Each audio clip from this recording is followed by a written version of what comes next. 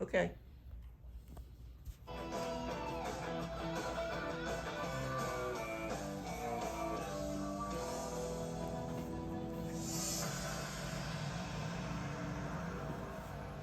Folks, we start off tonight, breaking news. Texas Governor Govt saying undocumented illegal aliens arriving in Texas will now be bussed and dropped off at the United States Capitol in Washington, D.C.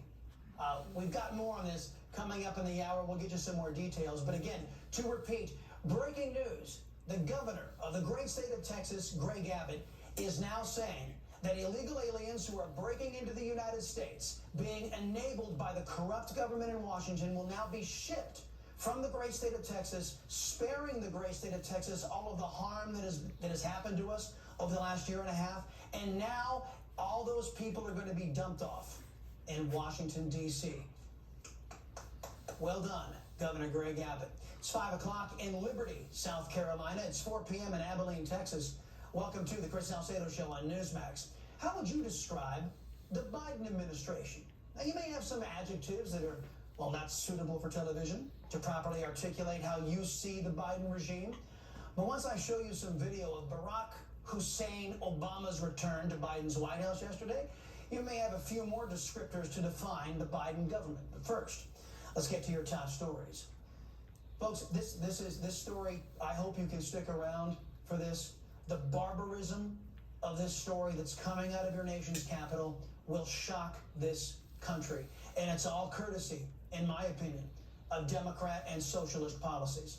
In the meantime, Congressman Gates is also giving us a lot to cheer about as he just lays into Lloyd Austin, who has been a disgrace to this country with how he's handled our defense. And how would you describe Biden's government? That's the question we pose in tonight's preamble. Later, when you see this preamble on Getter, Parler, MeWe, or Truth Social, you can describe for me in the comment sections 1 or 2 words you think describes Joe Biden and his cadre of anti-American left-wingers who make up his administration. Now, if you're still using YouTube, Twitter, or Facebook, you may see this video too, or you may not. See, they're censoring everything under the sun these days on those platforms. So it's a crapshoot as to whether you're going to be able to see this video, comment on this video if you're still using left-wing social media. So now I'm going to ask the skilled and talented directors of the Chris Salcedo Show to put up some video beside me. This was the aftermath of President Barack Hussein Obama's return to the White House. Here we see Joe Biden wandering around aimlessly looking for anyone who may want to kiss up to him. He throws up his hands wondering why nobody's puckering up. Then he turns to see where all the action is. Everyone there is surrounding Barack Hussein Obama. Seems those in attendance know something that the press is hiding from the rest of us. The next piece of video, well, it tells an even sadder story. Here we'll see old lost and confused Biden trying to get some face time with the real power in his administration. Like a little lost and tired puppy, Joe Biden wheezes, "Barack, Barack." Then he places his hands on his master's shoulder, begging for some love and attention from the guy who the vacuous and inane David Brooks claimed would be a good president because of the crease in his slacks. Obama just ignores Biden. You know, it stands to reason Obama doesn't care much about his underlings. That's why he forced Kamala Harris onto Joe Biden's ticket. Obama and Harris have a lot in common. They both have a general loathing for the United States of America and an even greater contempt for the little people. When one thinks about it, who can blame Obama for giving such a wretched little man like Biden the cold shoulder? This was how Joe Biden introduced Obama at the beginning of the festivities. My name is Joe Biden. I'm Barack Obama's vice president. And I'm Joe Biden's husband. Now, before you start injecting words to describe Joe Biden as sad or pathetic or deserving of our sympathy, consider this. Joe Biden has been a creature of the swamp for over 40 years. His family has lied and plagiarized their way up the food chain in D.C., using Joe's public office to enrich themselves while compromising America's national security. Joe Biden even committed what we're told by Democrats was an impeachable offense. I said, I'm telling you, you're not getting $1 billion. I said, you're not getting the building. I'm going to be leaving here. And I think it was, what, 6 hours? I looked, I said, I'm leaving in 6 hours. If the prosecutor's not fired, you're not getting the money. In my opinion, what Obama just did to his boy couldn't happen to a nicer sellout. For those of you who still feel sympathy for old Joe, be assured that he's so far gone, he doesn't realize he's being set up to take the fall for George Soros and Obama's suspected corruption. I hope playing White House with Jill was worth it to you, Joe. But we should be thankful for this little display. Remember, Obama's staff basically makes up Team Biden. It's clear now more than ever that Barack Hussein Obama is Biden's puppet master, using his former staff to implement his third-term agenda in Joe Biden's name. I don't believe the press was fooled. They've been aiding in this deception. But Democrat voters, they were fooled. And now those Democrats can see for themselves Rush Limbaugh was right. Until, I'm going to tell you, folks, I think we're seeing enough information on the Bidens now to safely say that Biden will serve at the pleasure of Barack Obama. If Obama gives the green light to Democrats to take Biden out, there will be ample evidence that Biden has lied about his knowledge, his family was selling his name and office with his permission, and if that's in fact the case, then there's likely unreported money that will be found. You're damned right there will be, and that's why we're seeing corrupt and crooked news agencies like the New York Times and the Washington Post finally reporting on the Hunter Biden laptop. Joe Biden and his corrupt family have outlived their usefulness to Obama. So now it's okay for the truth to come out. Needless to say, the Founding Fathers never intended our people to be ruled by a shadow government, but it's my belief that's exactly what's going on here. But for the love of Pete, don't tell Mitt Romney, Susan Collins, and Lisa Murkowski, if they hear about all this corruption, abuse of the people, and deceptiveness, they're liable to vote for it. You know, it's kind of their speed.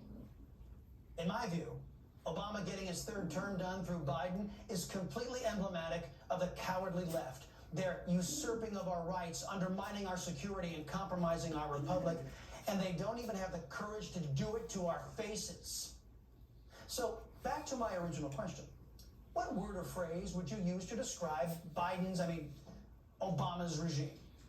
There are so many ways to describe it, it boggles the imagination.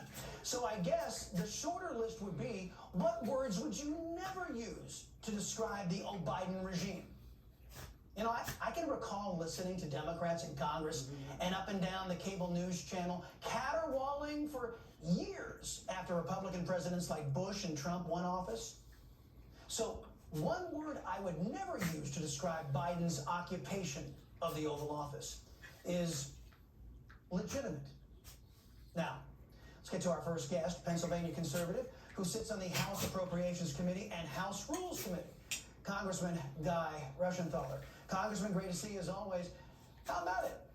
After that weird, troubling, and sad display at the White House, how would you describe the Biden regime? Epic failure.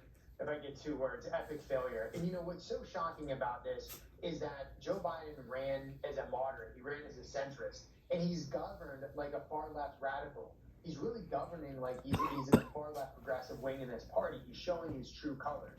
And that's why in this midterm election, Republicans are going to pick up a lot of seats in the House. We're going to take back the gavel from Nancy Pelosi, and we're going to take back power in the Senate. It's because the American people know that the Democratic Party pulled a fast one on them, giving us Joe Biden this weak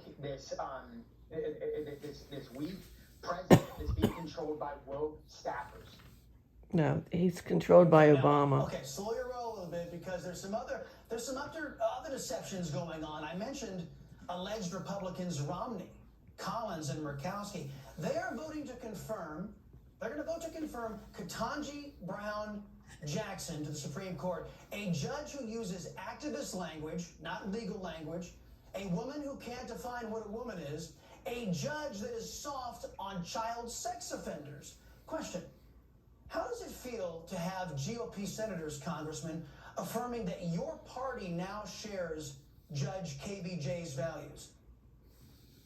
Well, yeah, if Mitt Romney would have fought as hard against fellow Republicans as he does, if he would have fought as hard against Obama as he does against conservative values now, he would have been president. Because finally we're seeing fight for Mitt Romney. Unfortunately, it's being used against our values. And just another thing, for everybody in West Virginia who thought it was cute to split ticket vote and elect Joe Manchin thinking he's some kind of centrist, had we had a Republican in the Senate, the Republicans would have had control of the Senate, and we wouldn't even have to consider this nominee because it would have been Mitch McConnell who could have blocked this. So elections have consequences, and when you try to have this faux sophistication that you're somehow astute on politics and split party vote and continue to elect these so-called centrist Democrats, it just gives power to the far left wing of the party. And Chris, I often say everybody talks about the moderate Democrats. There's no such thing as a moderate Democrat in today's Democrat Party. There's Democrats that represent swing districts, but look at their voting records. They're almost in lockstep with Nancy Pelosi.